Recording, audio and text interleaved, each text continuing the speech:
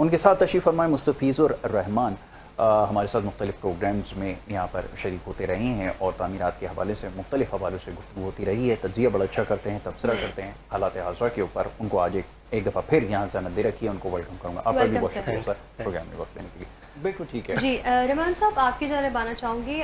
جس طرح انہوں نے بھی بات کی کہ یہاں پر سوسائٹی کی اور کنسٹرکشنز کی ہم لیگ کر رہے ہیں, اور جس طرح انہوں نے یہ بات بھی کی, ہم بھی یہ بات کر رہے تھے کہ ہماری آبادی کچی آبادی پر مشتمل ہے, تو کیا اس طرح کی ٹیکٹکس ہونے چاہیے کہ ہم کنسٹرکشن اور سوسائٹی بلڈنگ اس پر کام کر سکیں؟ بسم اللہ الرحمن الرحیم. سب سے پہلے تو آپ کا شکریہ کہ آپ نے موقع دیا. لیکن یہ کراچی شہر کا بڑا اہم ایشو ہے, اور یہ ریسنٹلی دوبارہ سامنے اس لیے آیا کہ جو کچی آبادیوں کی بات ہو رہی تھی, اس کا جو لا تھا 1987 میں پاس ہوا تھا, جو سندھ میں تھا, کچی آبادی ایکٹ جو تھا ان کا. اس میں انہوں نے جو اس کے کی فیچرز تھے, اس میں سب سے پہلا فیچر یہ تھا کہ وہ کچی آبادیاں یا گوٹ جو کہ 1985 سے پہلے کراچی میں موجود ہیں یا سندھ میں موجود ہیں, ان کو ریگولائز کیا جائے گا. اس کے بعد سیکنڈ کی فیچرز تھا کہ جو کچی آبادی کی ڈیفینیشن کیا ہے, کس کو ملنی چاہیے. اس میں انہوں نے یہ کہا تھا کہ کم سے کم 40 نفوس ہوں یا 40 گھر ہوں اگر کسی جگہ کے اوپر, تو ہم اس کو کچی آبادی ڈکلیئر کر سکتے ہیں. دوسرا کی فیچر یہ تھا کہ وہ جو جگہ ہے وہ نہ تو کوئی آبی گزرگاہ ہونی چاہیے, نہ نالوں سے اپنا اس کا راستہ ہونا چاہیے, یا ایمینٹیز جیسے گورنمنٹ آف سندھ کی طرف سے جو یا وفاق کی ایمینٹیز پلاٹس ہوتے ہیں وہاں پر بھی قبضہ کر کے کوئی کچی آبادی گوٹ نہ بنائے. یہ مین کی فیچرز تھے اس کے جو کچی آبادی کے. اچھا, اس کے بعد اس میں امینڈمنٹ کی گئی. امینڈمنٹ کرنے کے بعد اس کو جو ڈیٹ تھی اس کو بڑھا دیا گیا 1997 تک. تو کی فیچر سیم ہی تھے. اب دوبارہ جو لیجسلیشن ہوئی, اس میں کوئی امینڈمنٹس کی گئیں, وہ 2022 میں کی گئیں. اس کی امپلیمنٹیشن ابھی ہونے جا رہی ہے. اس میں انہوں نے یہ کہا کہ یہ تمام کی فیچرز تو میں نے آپ کو بتایا وہی ہیں, لیکن اس میں ایک مزید امینڈمنٹ یہ کی گئی کہ جو کچی آبادیوں کی جو لیز تھی وہ پہلے KMC ایکسیکیوٹ کرتی تھی. اب وہ اختیار انہوں نے KMC سے لے کے کچی آبادی اتھارٹی کو دے دی ہے. یعنی کہ اب جو اس کی لیز ایکسیکیوٹ کرے گی, جو ادارہ ہوگا, مدر باڈی اس کی ہوگی, وہ کچی آبادی ہوگی. تو اس میں دیکھیں کچھ ہماری بڑی اہم ریزرویشنز تھی جو ہم نے کچی آبادی کے جو مشیر ہیں ان کو بھی پیش کی, گورنمنٹ آف سندھ کو بھی ہم نے جا کے بائی ریٹرن میں بلکہ دی ان کو.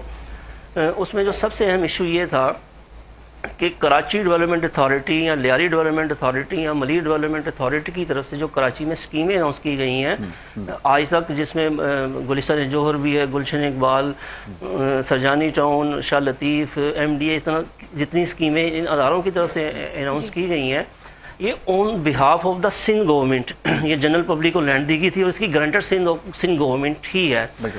اچھا, اب بدقسمتی سے ان کے کئی بلاکس کے اوپر, یعنی کہ ایسی جیسے گلستان جوہر ہے اس کا 50% جو ہے وہ قبضہ ہو کے گوٹ بن چکے ہیں. اس طرح سرجانی ٹاؤن میں یہی حالت ہے. شاہ لطیف میں ابھی میری بات ہوئی تھی تو 5000 پلاٹس کے اوپر قبضہ کر کے کچی آبادیاں بنا دی گئیں اور گوٹ بنا دیے گئے. تو ہمارا بیسک کنسرن یہ تھا کہ جو زمینیں آپ نے on behalf of the Sindh government general public کو دی ہیں, اور یہ اسکیمیں جو ہیں آپ کی نااہلی کی وجہ سے یا آپ نے وہاں انفراسٹرکچر نہیں دیا, جس میں جو بیسک نیڈز ہیں, جس میں پانی, بجلی, گیس ہے, وہ آپ نے ٹائم پہ نہیں دی, وہاں روڈز کا انفراسٹرکچر نہیں بتایا, وہاں پر آپ نے سیوریج کی لائنیں نہیں بچائیں, جس کی وجہ سے اس بحران نے جنم لیا. تو اس کو کسی بھی قیمت پر آپ ریگولائز نہیں کریں گے, کیونکہ کچی آبادی کی جو زمین ہے اس کا لا یہ کہتا ہے کہ وہ زمین یا وفاق کی ہونی چاہیے یا گورنمنٹ آف سندھ کی ہونی چاہیے, نہ کسی پرائیویٹ شخص کی ہونی چاہیے, نہ کوئی اور لینڈ ہونی چاہیے. تو اگر ہم اس کی بھی ڈیفینیشن دیکھیں تو اس پر بھی یہ چیزیں پورا نہیں اترتی اور یہ وائلیشن ہو رہی ہے. اور ویسے بھی جو ہم فگرز دیکھتے ہیں, کراچی کا 52% کچی آبادیوں پر مشتمل ہے, اور جو دنیا کا ایسا شہر جس کا 52% کچی آبادیوں پر مشتمل ہو, اس کا تمام انفراسٹرکچر تباہ ہو جاتا ہے. امن و امان کا ایشو ہے. اس کے ساتھ ساتھ آپ وہاں پر انفراسٹرکچر نہیں بچا سکتے, آپ کے پاس اتنے وسائل نہیں ہیں. سب سے تو ہمیں شرم یہ آتی ہے کہ جو کراچی کا KMC کا بجٹ ہے وہ 60 بلین روپیز ابھی اناؤنس ہوا سالانہ, جو سال کے لیے. اور یہ دنیا کے کئی, یعنی کہ جو اس کے ہم اثر شہر ہیں, ہم نئی دلی کو لے لیں, ڈھاکہ کو لے لیں, اس کے مقابلے میں پنٹ بھی نہیں ہے. اور یقین کریں نیو یارک کا جو ایک سٹی کا بجٹ ہے وہ ہمارے پورے ملک کے سٹی, پورے ملک کے ترقیاتی بجٹ سے زیادہ ہے. تو آپ کے پاس تو ویسے ہی پیسہ دینے کے لیے نہیں ہے, لوگوں پہ لگانے کے لیے نہیں ہے, آپ کے وسائل ہی نہیں ہے. ہم ایک بات کر رہے تھے کچھ دن پہلے بھی آسر, ہم نے اس ٹاپک پر بات کی تھی. ایک بڑے مشہور زمانہ پروجیکٹ آیا تھا پاکستان میں اور اس پر بڑی ہیوج انویسٹمنٹ کی گئی. اور پھر ہم نے دیکھا کہ اس کے ساتھ کیا ہوا اور پھر اس میں اس کو کہہ دیا کہ انلیگل ہے. مستفیض اور رحمان صاحب سے بھی یہ بات کروں گا. رحمان صاحب یہ ابھی جیسے اسامہ نے ایک چیز کو پوائنٹ آؤٹ کیا کہ آپ کو اتنی ایکسپینسو پراپرٹی یہاں پر ملتی ہے, اس کے باوجود بیسک نیسیسٹیز نہیں ہیں, انفراسٹرکچر نہیں ہے اور دیگر چیزیں نہیں, ایمینٹیز آپ کو نہیں مل رہی. کیسے انویسٹ کریں؟ لوکلز کو تو موٹیویٹ کرنا چلیں چھوڑ ہی دیجیے, وہ تو یہاں پر رہتے ہیں. اوورسیز کہتے ہیں کہاں پر جا کر پارک کریں اپنی انویسٹمنٹ کو. ہم ان کو بتاتے ہیں کہ یہ ہمارے پاس اپرچونیٹیز ہیں, مڈل ایسٹ سے پیسہ آ رہا ہے, سب کچھ آ رہا ہے, انٹیسپیٹ کر رہے ہیں, ابھی تک آیا کچھ نہیں ہے, میرا خیال کچھ آیا ہے, ہم اس پوزیشن میں نہیں ہیں. پھر کیسے پارک کریں؟ پرابلم یہ ہے کہ دنیا میں اگر کہیں پہ پرائسز میں سرج آ رہا ہے تو وہاں پہ گراؤنڈ پہ آپ کو نظر آ رہا ہے کہ وہاں پہ انفراسٹرکچر موجود ہے, بہت اچھا آپ کے پاس وہ لیویبل سٹی ہے, تبھی وہاں پہ پرائسز بڑھی ہیں. That make sense. یہاں پر کیا ہو رہا ہے کہ ڈیٹوریٹ کر رہا ہے شہر, پرائسز آپ کی جو ہے وہ اوپر جا رہی ہیں. اس کو کیسے جسٹیفائی کریں گے, بتائیے. دیکھیں اپنا بالکل آپ نے اچھا کویشچن بھی کیا. دیکھیں ہمارا جو بیسک ایشو ہے وہ اپنا اعتماد کی کمی بھی ہے.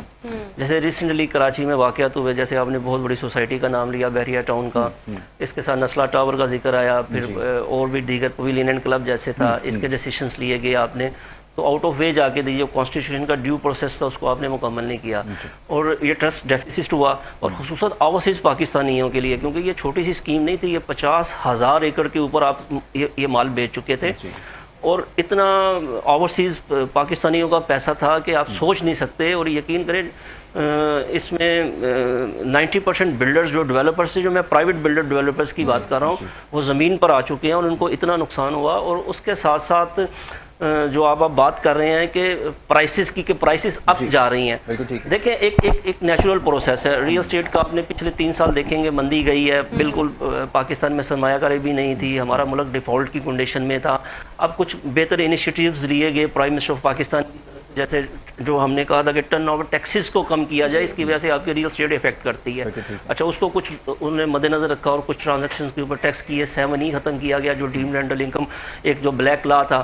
اس کے بعد پھر جو ہے اپنا جو دبئی کا ایران امریکہ وار کی وجہ سے دبئی میں جو انویسٹمنٹ ریل اسٹیٹ میں رکی, اس کی وجہ سے جو ہمارا پاکستان کا جو پیسہ اس ملکوں میں جاتا تھا وہ نہیں جا رہا. وہ اب کوشش ہماری یہی ہے کہ پاکستان میں رہے, پاکستان میں پارک ہو اور پاکستان میں انویسٹمنٹ آئے. باقی اس کے دیکھیں انیشیٹو گورنمنٹ آف پاکستان کو لینا لو کاسٹ ہاؤسنگ کے لیے. آپ بلڈرز ڈیولپرز کے ساتھ پبلک پرائیویٹ پارٹنرشپ بھی کر سکتے ہیں, اس کے علاوہ دیگر بھی ہیں کہ آپ لو کاسٹ ہاؤسنگ سکیمز یہاں پر اناؤنس کریں اپنا لوور مڈل کلاس کے لیے, تاکہ ہر ایک بندہ لے سکے. اور دوسرا جو ابھی بھائی نے ذکر کیا کہ پرائم منسٹر نے ایک اچھا انیشیٹو لیا جس میں 10 ملینز تک کا لون کی فیسلٹی دینے جا رہے ہیں. تو بات تو ٹھیک ہے کہ کراچی میں اتنی سستی پراپرٹی ملتی نہیں ہے, کیونکہ یہ ایک بگ سٹی ہے اور منی پاکستان بھی ہے. پاکستان کا ہر شخص کی کوشش ہوتی ہے کہ کراچی آ کے بزنس کرے, کام کرے. تو اس کے لیے بھی دیکھیں انیشیٹو گورنمنٹ آف پاکستان نے ہی لینا ہے. اور خاص طور جو مٹیریل کاسٹ ہے آپ کی فلیکسیشنز کی وجہ سے, پھر ڈالرز کا ریٹ جب اب تو چلیں کچھ عرصے سے رکا ہے, اس کی وجہ سے آپ کی مٹیریل کاسٹ بہت مہنگی ہو گئی. آج سے 3 سال پہلے جو چیز ہم 2,000 روپے پر اسکوائر فٹ یا 3,000 روپے پر اسکوائر فٹ کے اوپر بلڈ اپ کرتے تھے, تو اب وہ جو کنسٹرکشن پرائس ہے وہ 5,000 روپے پر اسکوائر فٹ, 6,000 7,000 8,000 اتنا آپ پر جتنا مرضی چلیں جائیں پر اسکوائر فٹ ہو چکی ہے. تو ایک چھوٹا سا اپارٹمنٹ کا بھی ہم لگائیں تو وہ تقریباً 1,000 اسکوائر فٹ کا بھی تو 70 80 90 لاکھ روپیہ تو صرف اس کی کنسٹرکشن کاسٹ ہے اس وقت جو آتی ہے. پھر زمین کی ویلیو الگ ہے, پھر ڈاکومنٹیشن پہ پیسے لگتے ہیں, پھر اس کے علاوہ انفراسٹرکچر کے اوپر ٹرانزیکشنز کے اوپر ٹیکس لگتے ہیں. تو اس کو اولین تو سمجھیں گورنمنٹ کو ہی دیکھنا ہے. اگر وہ آپ اچھے سٹیپس لیں گے اس ملک میں انویسٹمنٹ آئے, کیونکہ ریئل اسٹیٹ سیکٹر ایسا سیکٹر ہے جو پاکستان کو معاشی بحران سے نکال سکتا ہے. آپ کے پاس 1,25,00,000 گھروں کی کمی ہے جس رفتار سے آپ کی آبادی اس وقت موجود ہے. پھر آپ کو بیورو اسٹیٹسٹکس پاکستان کہتا ہے کہ آبادی جس رفتار سے آپ کی بڑھ رہی ہے اس میں آپ کو ہر سال 7 لاکھ گھر چاہیے. تو ڈیمانڈ تو ہر جس چیز کی ڈیمانڈ ہے اور جو پبلک کی نیڈ بھی ہے, تو آپ کو اس میں انویسٹمنٹ کرنا ہے, لوگوں کو فیسیلیٹیٹ کرنا ہے. تو یہ تو ایک نیچرل مارکیٹ ہے. اس کے ساتھ آپ کی کئی سینکڑوں انڈسٹریز چل جائیں گی. جب انڈسٹری چل جائیں گی تو آپ کے معاشیت کا پہیہ بھی چلنا شروع ہوگا. اب ہمارے پاس وہ اپرچونیٹیز نہیں ہے, کیا جائے. سوال یہ پیدا ہوتا ہے کہ پرائسز ریئلسٹک نہیں ہے, انوائرمنٹ سپورٹ نہیں کر رہا, کنڈیوسو انوائرمنٹ نہیں ہے, نہ بینک کی سپورٹ ہے, نہ گورنمنٹ کے پاس سے کوئی ایسی پالیسیز ہیں. پلس یہ کہ آپ نے اوور برڈن کر دیا ہر سیکٹر کو. اب یہاں پر تو ابھی تک ہم اسی بحث میں ہیں ٹل ڈیٹ کہ آیا یہ انڈسٹری ہے بھی یا نہیں ہے. نہیں. جب ساری سچویشن آپ کی فیور میں نہ ہو پھر کیسے لے کر آئیں اس طرح؟ اس میں دیکھیں اصل میں بہت اچھی آپ نے بات کی. دیکھیں ریئل اسٹیٹ کی جو ڈیفینیشن ہے وہ ہے building a piece of land and a building constructor on it. اچھا یہ بلڈنگ اصل ہے ہی ڈیولپمنٹ اینڈ کنسٹرکشن کی. اچھا اس میں بدقسمتی سے جو ہم پہ الزام لگتا ہے کہ ہمارا جو پیسہ ہے وہ پارکنگ ہوتا ہے پلاٹس کے اوپر اور یہ ان پروڈکٹیو یونٹ ہے, یہاں پر پاکستان کو اس کا کوئی فائدہ نہیں ہے. تو دیکھیں یہ کویشچن کسی طرح ٹھیک بھی ہے. وہ اس لیے ٹھیک ہے کہ جب آپ پلاٹ میں پارکنگ کریں گے تو نہ پبلک کو فائدہ ہوگا, نہ گورنمنٹ کو فائدہ ہوگا, نہ یہ کنسٹرکشن انڈسٹری چلے گی ٹھیک طرح سے. تو اس میں دیکھیں بیسک چیز ہے لیجسلیشن کی. ہم گورنمنٹ آف پاکستان کو تجویز بھی دے چکے ہیں اور کئی دفعہ میں کہہ بھی چکا ہوں کہ آپ اس میں لیجسلیشن یہ کریں کہ کوئی بھی بلڈر یا ڈیولپر کوئی بھی سوسائٹی اناؤنس کرتا ہے تو اس میں آپ اس کو پابند کریں کہ وہ 50% اس میں کنسٹرکٹڈ ایریا دے گا. جب آپ 50% کنسٹرکٹڈ ایریا دیں گے تو ایک تو آپ کی ساری جو ملکی الائڈ انڈسٹریز ہیں وہ چلیں گی. اس کے بعد جو ہے یہ پارکنگ جو پلاٹ میں پیسہ ہوتا ہے وہ بچے گا. لوگ پلاٹس میں نہیں جائیں گے, کنسٹرکٹڈ پراپرٹی میں انویسٹمنٹ کریں گے تو خود بخود جو ہے نا پرائس نیچے آئے گا. اب جیسے فیز 8 کی بات کی, فیز 8 میں آپ نے دیکھا ہوگا کہ سال میں پرائس 200-300% پلس ہے. اب اس میں آپ کوئی کنسٹرکٹڈ یونٹ بھی بنائیں گے تو وہ فیزیبل ہی نہیں ہے.